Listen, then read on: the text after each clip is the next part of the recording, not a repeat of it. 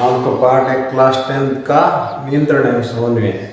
शरीर के अंदर, बॉडी के अंदर अपने कंट्रोल और उसके अंदर आने वाली सूचनाएं किस प्रकार से आदान प्रदान होती है, वो होता है आपके नियंत्रण एवं समन्वय।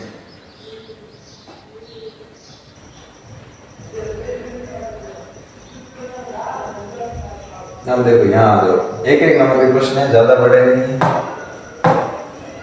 देखो शरीर, मानव शरीर के अंदर तो अपन देख लिया किसके द्वारा, मस्तिष्क और मेडुला, सीएनएस और पीएनएस के द्वारा क्या होता है, सूचनाओं का आदान प्रदान। पौधों के अंदर किस प्रकार से होता है, तो पौधों के अंदर क्या होते हैं, वृद्धि के कारण गति, वृद्धि के कारण गति होती है, उसमें उद्दीपन पाए जाते हैं। एक होता है प्रकाश अनुवादन, प्रकाश के कारण प्रकाश अपनी ओर पौधे को क्या करता है, खींचता है, प्रकाश की ओर पौधे की गति होना, वो पहला था प्रकाश अनुवादन। इस प्रकार से ये क्या होता है, प्रकाश के द्वारा नियंत्रित हो रहा है।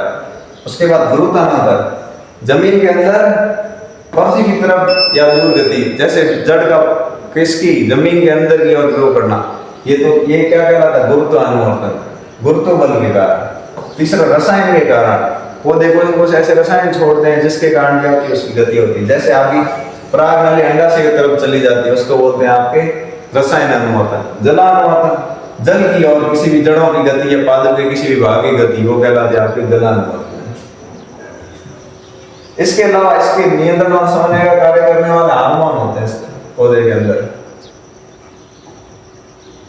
कौन कौन से हार्मोन होते हैं, देखो पादप हार्मोन क्या होते हैं, वे रसायन जो पौधे की वृद्धि, विकास और अनुक्रिया, पौधे को बढ़ाना, उसका पूरा विकास करना, वृक्ष बनाना, और वो किसी भी जंतु या आसपास के एनवायरनमेंट के साथ किस प्रकार से अनुक्रिया करेगा, उनका समन्वय करना, कोऑर्डिनेट या कम्युनिकेशन करना, ये कौन करते हैं, पादप हार्मोन। कितने प्रकार के होते हैं, 4। ए ऑक्सिन, जिबरेलिन, साइटोकाइन, एब्सिसिक। अब ऑक्सिन क्या काम करता है, शाखाओं के अग्रभाग में, जैसे ये पौधा है,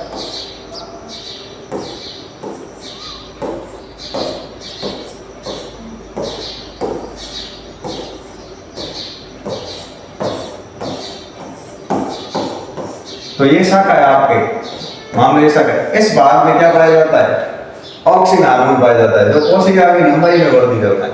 कोशिका होती है आपके, उसकी लंबाई में वृद्धि करेगा, तो वृद्धि के लिए जिम्मेदार है। और प्रकाश अनुवर्तन में सहायक, प्रकाश की ओर गति करना, प्रकाश के अनुवर्तन में सहायक है। पौधे को प्रकाश की ओर गति कराने के लिए कौन सा हार्मोन काम करता है, आपका ऑक्सिन हार्मोन। फिर आता है जिबरेलिन, ये तो किसमें, शाखाओं के अग्रभाग में बनता है, उनकी कोशिका की वृद्धि के लिए। लेकिन ये तने की वृद्धि करता है, किसकी करता है, तने की, वो करता है आपके शाखाओं की, प्रो की वृद्धि, ऊपर की। फिर आता है साइटोकाइनिन, साइटोकाइनिन होता है कोशिका, और काइनिन का मतलब विभाजन, कोशिका विभाजन। तो ये क्या करता है, कोशिका विभाजन को फास्ट करता है, कोशिका को बढ़ाएगा। और दूसरा आपके फल तथा बीज में अधिक मात्रा में पाया जाता है। सबसे अधिक किसमें पाया जाएगा, फल तथा बीज, उसके अंदर कोशिका को विभाजन कर, कोशिका को 2 भागों में तोड़ेगा। उसके बाद आ जाता है आपके अवशेषिका अम्ल।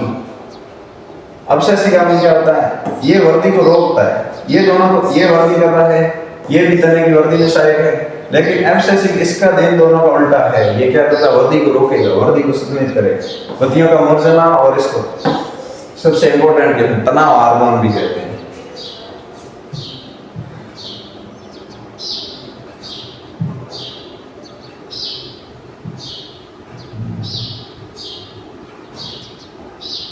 देखो हमने क्या पढ़ लिया था, मस्तिष्क और मेडुला, जो केंद्रीय तंत्रिका तंत्र के भाग थे, ठीक है, वो आपके तंत्रिका कोशिका की संरचना के अंदर।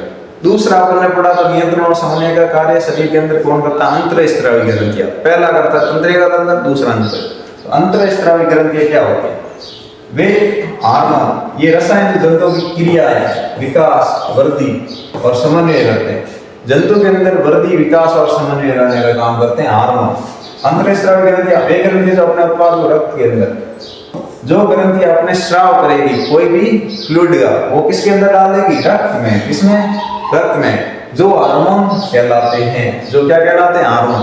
तो हार्मोन क्या होते हैं, अंतःस्रावी ग्रंथियों के द्वारा स्रावित जो रक्त के अंदर डाल दिए जाते हैं, वो आपके हार्मोन कहलाते हैं। और हार्मोन क्या होते हैं, जंतु की क्रिया, विकास और वृद्धि और समन्वय के लिए जिम्मेदार। अब कौन कौन से हार्मोन होते हैं जो अंतःस्त्रावी ग्रंथि द्वारा स्रावित होते हैं? बहुत सारी अंतःस्त्रावी ग्रंथियां, तो अपन देख लेते हैं हार्मोन, अंतःस्त्रावी, उनके कार्य और उनका शरीर के अंदर क्या क्या नियंत्रण और समन्वय का कार्य है। तो पहला आपके आ जाता है ग्रंथि आउटो ग्रंथि, ठीक है, जिसको थायराइड बोलते हैं, आउटो या थायराइड। ये आपके थायरॉक्सिन हार्मोन का स्राव करती है। थायरॉक्सिन हार्मोन ये आपके कहाँ होती है? गर्दन के अंदर, यहाँ पे गर्दन के अंदर पाई जाती है। ये कार्बोहाइड्रेट, प्रोटीन और वसा का उपापचय, कार्बोहाइड्रेट, प्रोटीन और वसा का उपापचय, मेटाबॉलिज्म, उसको पचाने में सहायता करती है। कौन करती है? आपकी थायरॉक्सिन या आउटो ग्रंथि। आउटो ग्रंथि के द्वारा उत्पन्न थायरॉक्सिन हार्मोन क्या करता है? कार्बोहाइड्रेट, वसा, प्रोटीन का उपापचय में सहायक होता है। दूसरा आ जाता है आपके पीयूष ग्रंथि। पीयूष ग्रंथि कहाँ पाई जाएगी? मस्तिष्क के अंदर। कहाँ पे? मस्तिष्क के अंदर। अब ये पीयूष ग्रंथि कौन सा हार्मोन स्रावित करती है? वर्दी हार्मोन। वर्दी हार्मोन क्या करता है? शरीर में वर्दी और विकास के लिए जिम्मेदार होता है। व्यक्ति का बड़ा होना, उसके शरीर का मजबूत होना, दिमाग का विकास होना, ये सारे दोनों कौन नियंत्रित करेगा? वर्दी हार्मोन, जो किसके द्वारा? पीयूष ग्रंथि के द्वारा स्रावित होता है। होती कहाँ है? मस्तिष्क के अंदर। फिर आ जाती है आपके अधिवक्र ग्रंथि, जिसको एड्रीनल बोलते हैं। क्या बोलते हैं? एड्रीनल। इंग्लिश में एड्रीनल बोलते हैं, हिंदी में अधिवक्र बोलते हैं। कहाँ होती है? किडनी के ऊपर।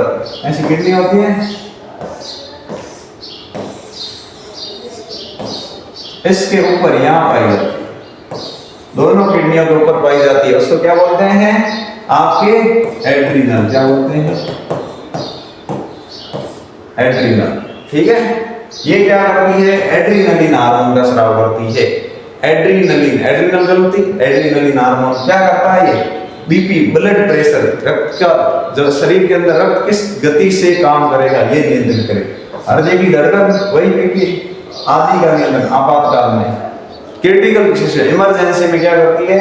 हृदय का नियंत्रण। भागने में, जैसे आपको पीछे कोई कुत्ता वगैरह या कोई अन्य जानवर लग गया तो आप क्या करेगी? आपातकाल स्थिति में हृदय की धड़कन बढ़ जाएगी, आप भागने में सहायता करती है। उसके बाद आ जाती है आपके इंसुलिन। क्या है? इंसुलिन हार्मोन है। ये किसके द्वारा? अग्नाशय ग्रंथि के द्वारा। अग्नाशय ग्रंथि क्या कहाँ होती है? उदर के नीचे। ये आपका जो आमाशय है, इस उदर के नीचे जस्ट इस पार्ट पे होती है अग्नाशय ग्रंथि, और ग्रंथि का नाम है अग्नाशय। क्या हार्मोन स्राव करती है? इंसुलिन हार्मोन, या इसको अग्नाशय रश्मि स्राव करती है। तो इंसुलिन हार्मोन क्या काम करता है? रक्त में शुगर को, किसको? शुगर की मात्रा, शुगर क्वांटिटी को नियंत्रित करेगा। शुगर कितना होना चाहिए, ज्यादा हो गया तो उसको कम करेगा, उसकी क्वांटिटी को नियंत्रित रखेगा। उसके बाद आप जाता है वृषण। वृषण आपकी क्या है? ग्रंथि है। वृषण ग्रंथि कहाँ होती है? पेट का निचला हिस्सा, पेट का निचले हिस्से, जिसको टेस्टिस भी बोलते हैं। क्या बोलते हैं? टेस्टिस। अब ये क्या करती है? लिंग हार्मोन का स्राव करती है। क्या करती है? लिंग हार्मोन का स्राव कौन करती है? वृषण लिंग हार्मोन का स्राव करती है। जैसे लिंग हार्मोन नाम क्या है? टेस्टोस्टेरोन। टेस्टोस्टेरोन नर के अंदर। और ये क्या करती है? यौन आरंभ से संबंधित परिवर्तन, लैंगिक यौन आरंभ से संबंधित परिवर्तन कौन से? दाढ़ी मूंछ आना, खाकों बाल आना, जन्नांगों बाल आना, आवाज का भारी होना, ये सारे आपके क्या है? लैंगिक परिपक्वता के लक्षण है, यौन आरंभ संबंधित परिवर्तन है। अब आ जाता है अंडाशय ग्रंथि। ये किसके अंदर? मादा के अंदर पाई जाती है। और कौन सा हार्मोन स्रावित करती है? एस्ट्रोजन। अंडाशय, एस्ट्रोजन, वृषण, टेस्टोस्टेरोन। वृषण VT, वृषण टेस्टोस्टेरोन, अंडाशय A और एस्ट्रोजन A, डबल A, ऐसे याद रख लोगे। तो यहाँ पे अंडाशय किसका स्राव करती है? एस्ट्रोजन का। इस प्रकार से आपका क्या हो जाता है?